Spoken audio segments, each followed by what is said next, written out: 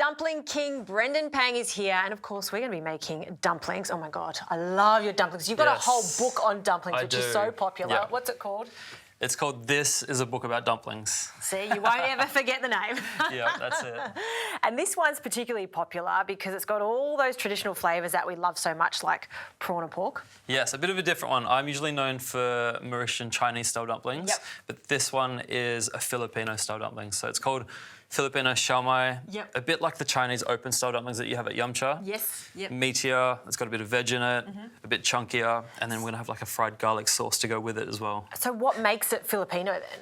I guess it's just their take on the traditional Chinese Yum Cha Siomai. And they've just added a few things along the way. A few fillings like carrot, spring onion, often cabbage as well, but I'm leaving that out today. Nice one. All right, well, let's get started. Let's do it. Okay, well, I'm going to chop up the prawns. I usually go like an equal quantity of prawns to pork ratio. I'm going to put some mushrooms in as well for earthiness, and I might get you to grate some carrot while I'm doing that. Can do, I'm onto it. So when you wrote this book, which is your third book, you travelled a lot to research all the different dumplings around the world. Yeah, I mean, my family is Mauritian, so we were very limited to a very specific Chinese style of dumpling. So if you think of dumplings, by definition, it's a morsel size, I guess, filling wrapped in pastry, cooked in any way, and so many different cultures and cuisines have them. Yeah, absolutely. So writing a book all about dumplings for me was so exciting because I could really explore one of my favourite foods and then just have fun with so many different types. Dumplings are, in general, like fun food, right? Yes, absolutely. I think I've never met someone that doesn't like them, and if they don't like them... We can't be friends. Exactly. So what do you want me to do with that carrot? Does that go in? We're going to add the carrot into the pork mince. Is that the whole Maybe lot? half the amount. Half of that? Yes. Okay. I like the idea of adding the carrot, bit of crunch, bit of sweetness there. Yes. I think what's good about dumplings is you can add anything to them. So you don't need to it doesn't have to be just meat all the time. So nice one. Okay, I'm going to add the prawns in as well. I'm also going to chop up some of these shiitake mushrooms. So that they're just dried mushrooms that we have rehydrated. And the great thing about that is that they are stronger in flavour. So they have a nice earthiness, a nice kind of deeper flavour that they'll add to the dumplings as well. And how much spring onion do you want for these? Yeah, just about that. That's a good amount, I think. Okay, in it goes. And seasonings are super important when it comes to dumplings. You've got quite a lot. I know. My family likes to keep it quite simple, but I've kind of made up this recipe from myself and my kind of like travels, so I have a lot of seasonings to balance it out. Okay, so chop I'm going to add these mushrooms in. You really don't need much shiitake to really taste it. No, dried shiitake has quite a richer flavour, so you don't need much there. Now we're going to season. So I'm going to add in some light soy sauce for saltiness. We're not going to add some salt in, so a bit of light soy.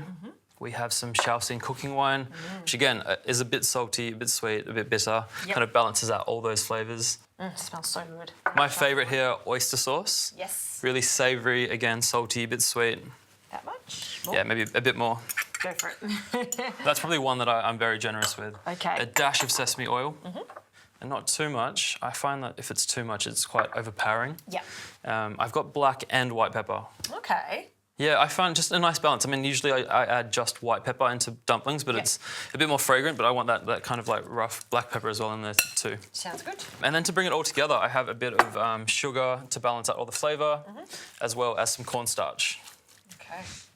And do you need it to be a certain consistency? No, I think the most important part is that it just holds really well. Like you don't want it to be too wet where it's falling apart. All right, the all-important wrappers. The fun part. The fun part, yeah. This is where I struggle with my dumpling making. It's making them look professional, so I'll let the professional There is no rules here, honestly. So I've got some wonton wrappers, and I like to go with my non-dominant hand. So I'm right-handed, so I'll go with my left hand, and I just make a cup shape. So that's where the filling's going to fall into. It's going to hold the wonton pastry on top like that. We have some filling. I'm going with quite a generous amount right into the middle of that cup there. And with the back of the spoon, we're going to press down, we're going to let it fall. And I'm kind of with my hand spinning it at the same time, so it kind of pleats or folds around the edges. We're making almost like a cup shape. So not too much filling.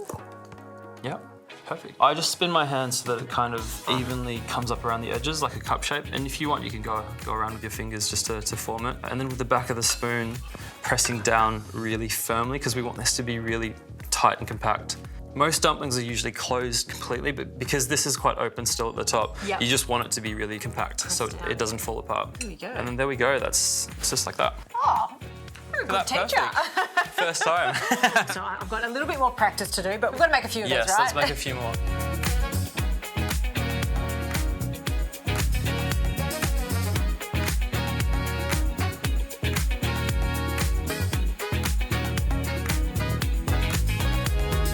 All right, so the dumplings are ready. I want to add on some carrot to garnish, a bit like the fish roe at Yum Cha. Yep. And then they're going to go straight into the steamer. Nice one. And how long do you steam your dumplings for? Well, it depends how big they are. These are quite chunky dumplings, so I would say at least 10 minutes on a medium steam. And I'm just chopping up 3 or 4 cloves of garlic because this is going to be for our delicious sauce to go with it. Yes, a fried garlic, soy and chilli sauce, which will be the perfect condiment for these dumplings. Very good.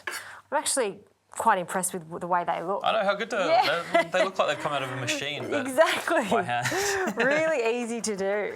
I think it's the teacher, to be honest. Yes, the teacher was pretty good, let's face it. All right, and straight into the steamer. Okay. Should we do it? Yes. So I usually just leave like maybe a centimetre or 2 in between, just in case they do expand a bit. Of course, Whilst they cook, I don't want them to stick. And a little bit of baking paper is always handy too. Absolutely. You can see there's a few holes in there. Yeah, I was going to say just for the steam to come through. Yeah. Nice even cooking.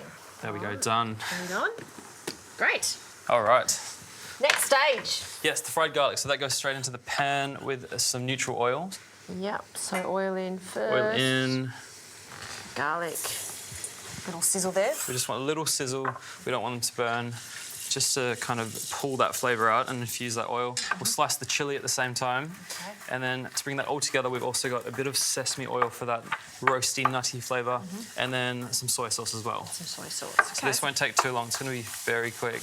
All right, I think that's good to go. It's just a light golden colour because they start to turn really quickly. So straight into the bowl. Okay. There we go. Okay, into that, the chopped chilli. We're going to add that in, a little sizzle. We're going to add our light soy sauce as well. There we go. And then a bit of sesame oil. Yum. Done, that's it. That's Really easy sauce that you can have with anything really. Noodles, rice, any dishes. Yeah. But great with dumplings. Yeah. Sounds good.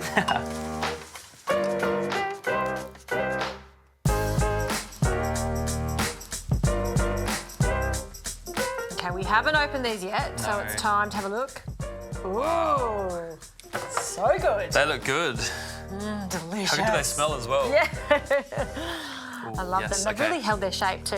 And I really like these thin wrappers. So it's not all about the wrapper there, it's about the meat that's just holding everything together. Yes, correct. Little parcel. There we go. And then we'll just drizzle over some of that sauce, Justin, if you want to go for it. A little bit everywhere. Go, a little bit of the chilli. There you go. Like a sauce moat. And that's it. There we go. Perfect.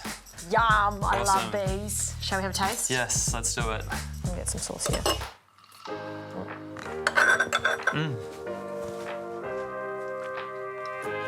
Oh, that's good. It's so good, so juicy.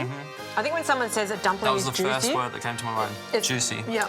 The one thing that I think turns people off when it comes to making dumplings at home is the intricate pleating. This one's great for beginners. Absolutely. I think because there is no plating.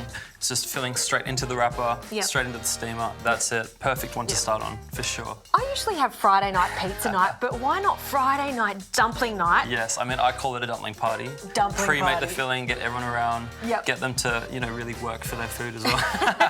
And it's worth it because the results are fantastic. Brendan, cheers. Thank you.